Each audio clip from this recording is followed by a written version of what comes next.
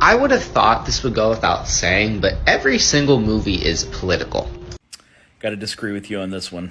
So you'll often hear people say something like everything's political, or all film is political, or all art is political, and I just don't think that's true. I think they're using the term political in an analogous way. It's not in a strictly defined way.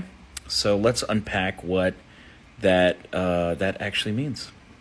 So if we hop on over to Merriam-Webster, you will see that political is defined as of or relating to government, a government, or the conduct of government, or concerned with the making as distinguished from the administration of government. So it's basically, for it to be political, it has to relate to government in some way. Now let's hop on over to another related word, politics. So politics can be the art of science of government, art or science of concerning with guiding or influencing government or policy, blah, blah, blah. But if you go down to definition 5, we have the total complex of relations between people living in society, relations or conduct in a particular area of experience, especially as seen or dealt with from a political point of view. So it seems like we're kind of getting closer, right? So it's not really politics as in government or relating to government or how we make decisions about how our society is ordered. It's more about interpersonal relationships, right?